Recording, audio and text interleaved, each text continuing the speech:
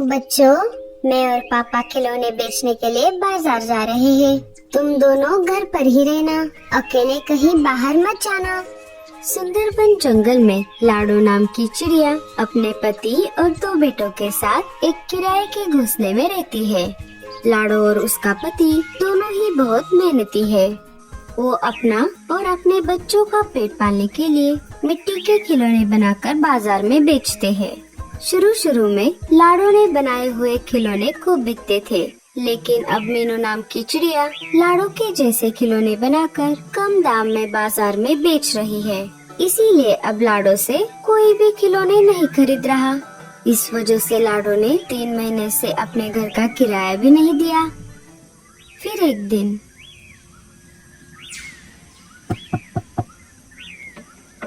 अरे ओ बच्चों, तुम्हारे मम्मी पापा है क्या घर में? नहीं चिल अंकल, मम्मी पापा तो खिलौने बेचने के लिए बाजार गए हैं। अच्छा, ठीक है। ये लाडो भी ना बहुत होशियार है। मैं जब भी घर का किराया मांगने के लिए आता हूँ, ये पहले ही बाजार चली जाती है। मैं एक काम करता हूँ, शाम को आता हूँ। शाम हो जाती है।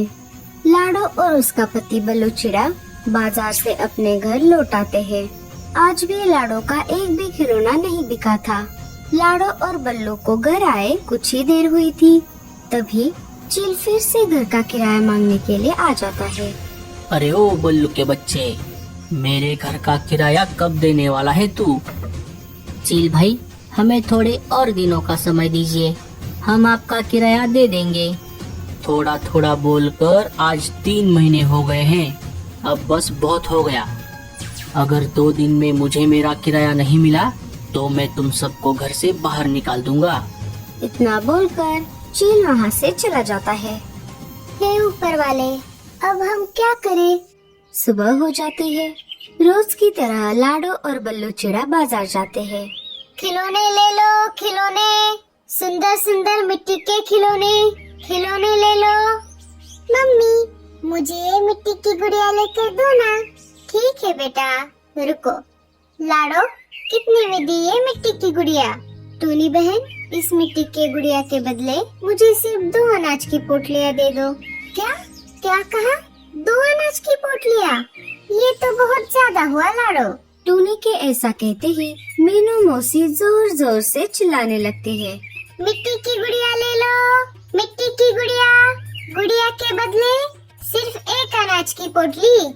जैसे ही टूनी ने मीनू मौसी की आवाज सुनी, वो उनके पास चली गई और 1 अनाज की पोटली देकर उनसे मिट्टी की गुड़िया खरीद ली।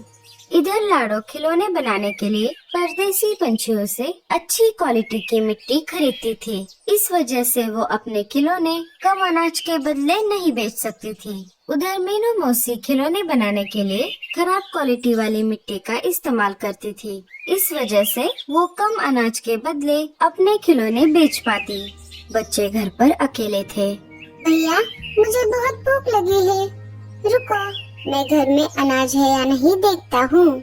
सोनू देखता है, घर का सारा अनाज तो खत्म हो गया है।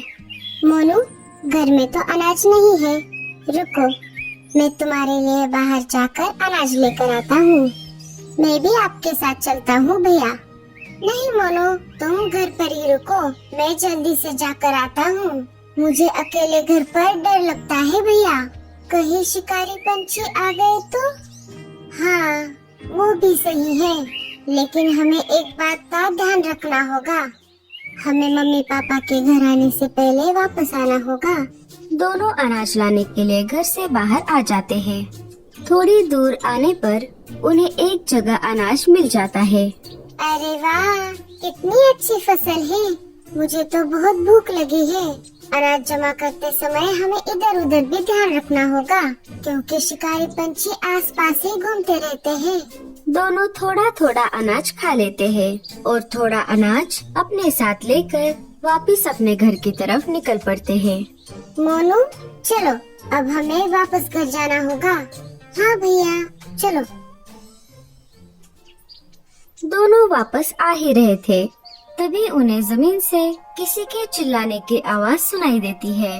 बचाओ, बचाओ, अरे कोई मुझे इस मकड़ी की जाल से बचाओ, कोई मुझे इस मकड़ी की जाल से आजाद करो। सोनू मोनू नीचे आ जाते हैं। उन्हें फिर से वही आवाज सुनाई देती है, बचाओ बचाओ। भैया वो देखो, ये आवाज वहाँ से आई है। दोनों और आगे चले जाते हैं। तभी उन्हें मकड़ी के जाल में एक बोना फंसा हुआ दिखाई देता है। अरे दोस्त, तुम कौन हो और यहाँ पर कैसे फंस गए? मेरा नाम बोनो है। मैं यहाँ से बहुत दूर परदेश के बर्फीले पहाड़ों में रहता हूँ। वहाँ पर मेरे जैसे बहुत सारे रहते हैं। हमारी एक बस्ती है।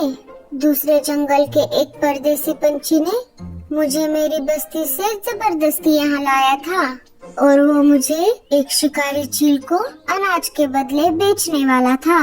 लेकिन मैं जैसे तैसे करके वहाँ से भाग गया।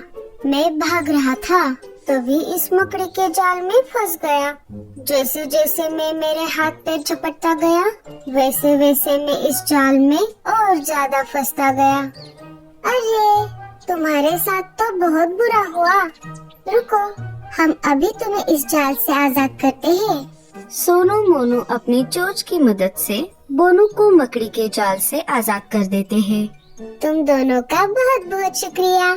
बोनू, तुम हमारे साथ चलो। हमारे जंगल के परदेसी पंछी मेरे मम्मी के बहुत अच्छे दोस्त हैं और वो कल सुबह यहाँ से परदेश सफर के लिए जाने वाले हैं। हम तुम्हें उनके साथ भेज देंगे। उनके साथ तुम तुम्हारे घर जा पाओगे। क्या क्या सच में मैं मेरे घर जा पाऊंगा? बोनू बहुत खुश हो जाता है। सोनू मोनू लाडो और बल्लू के घर आने से पहले अपने घर आ जाते हैं। थोड़ी देर बाद लाडो और बल्लू घर आ जाते हैं। अरे ये कौन है? सोनू सारी बात लाडो को बता देता है। अच्छा तो ये बात है। सोनू मोनू, तुम दोनों ने बहुत अच्छा काम किया है, लेकिन तुम्हें अकेले घर के बाहर ऐसे नहीं जाना चाहिए था।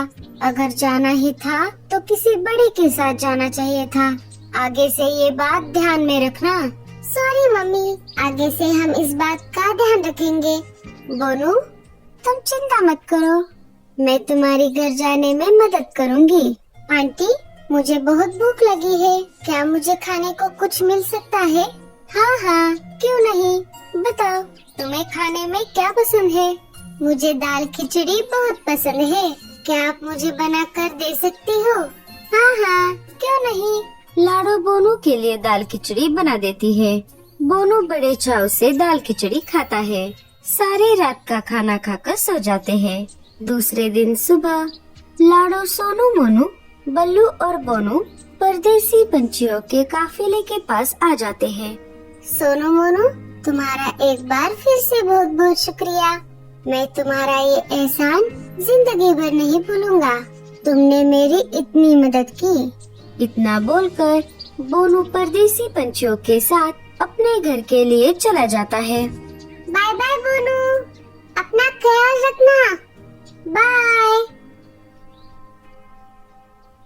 2 दिन ऐसे ही गुजर जाते हैं और 2 दिन बाद चील अपना किराया लेने के लिए लाडो के घर आ जाता है। लाडो घर का किराया नहीं दे पाती। चील उन सबको घर से बाहर निकाल देता है। लाडो, बल्लू, सोनू मोनू बेघर हो जाते हैं। अजी, अब हम क्या करें? रात भी काफी हो गई है। माँ, मुझे बहुत डर लग रहा है।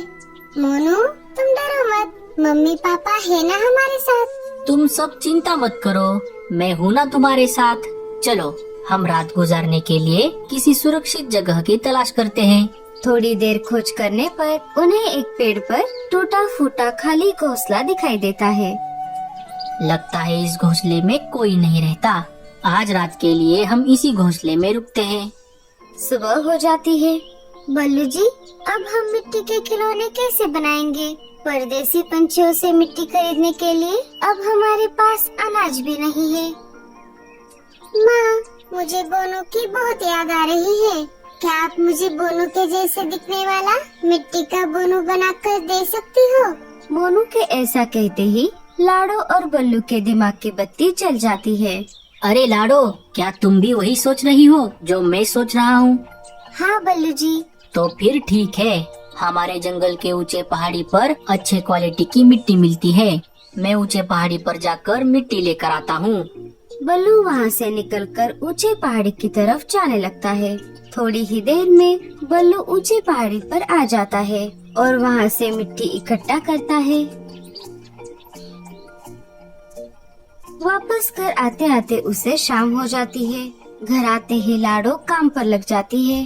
रात भर मेहनत करने के बाद लाडो मिट्टी से बोनू के जैसे दिखने वाले बहुत सारे बोनू बनाती है।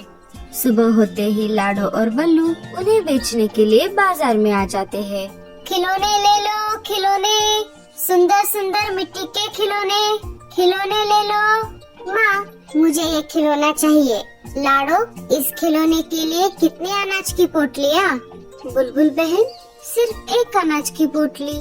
बुलबुल एक पोटली के बदले मिट्टी का बोनू खरीद लेती है। देखते ही देखते लाडो के सारे खिलौने बिक जाते हैं।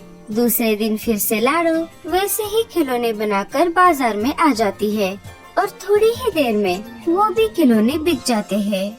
ऐसा करते करते लाडो खिलौने बेचकर बहुत मुनाफा कमा लेती है और भूरे कौवे से अपने परिवार के लिए एक प्यारा सा घर भी बनवा लेती है। इस तरह से लाडो और उसका परिवार हंसी खुशी से अपना जीवन बिताने लगते हैं।